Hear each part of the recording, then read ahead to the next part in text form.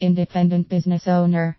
Such a beautiful combination of words. When structured together, it almost sounds like those words were meant to go together, kind of like peanut butter and jelly, milk and cereal, and my favorite, Kool-Aid and sugar. However, what does that actually mean? You can be in business and not be independent.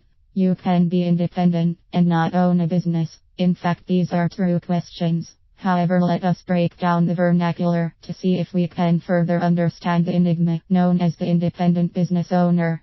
First things first, I would like to point out the word owner.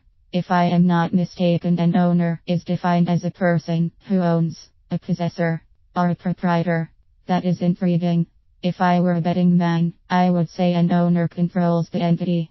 Okay, now that we have crawled a little closer towards this meaning, let us think, how is it possible for someone to control the entity and not be independent? This is very tricky, because if the owner controls the entity, but the entity consumes every waking moment of the owner's time, it could be hard for the judges to score that bout in the end.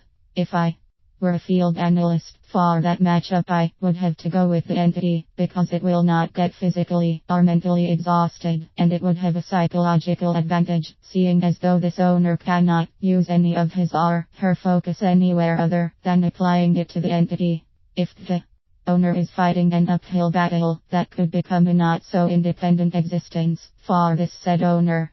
While we are on the topic of independence, let us define independent. Independent is not influenced or controlled by others in matters of opinion, conduct, etc. Thinking or acting for oneself. An independent thinker. Independent is not subject to another authority or jurisdiction. Autonomous. Free. An independent businessman. Independent is not influenced by the thought or action of others. Independent research. I believe that has my gears turning. If I can put the pieces together, I would say that if a business opportunity is independent, that means it's not dependent, not depending or contingent upon something else for existence or operation, ultimately not relying on another or others for aid or support.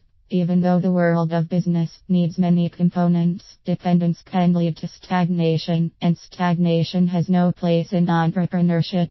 Pretty much as any successful business grows, it will need less support to stand on its own.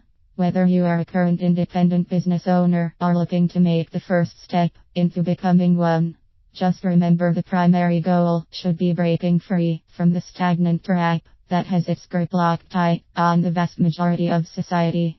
By becoming an owner, you can possibly seize an opportunity for control. Do not allow this control to be watered down because you cannot obtain independence.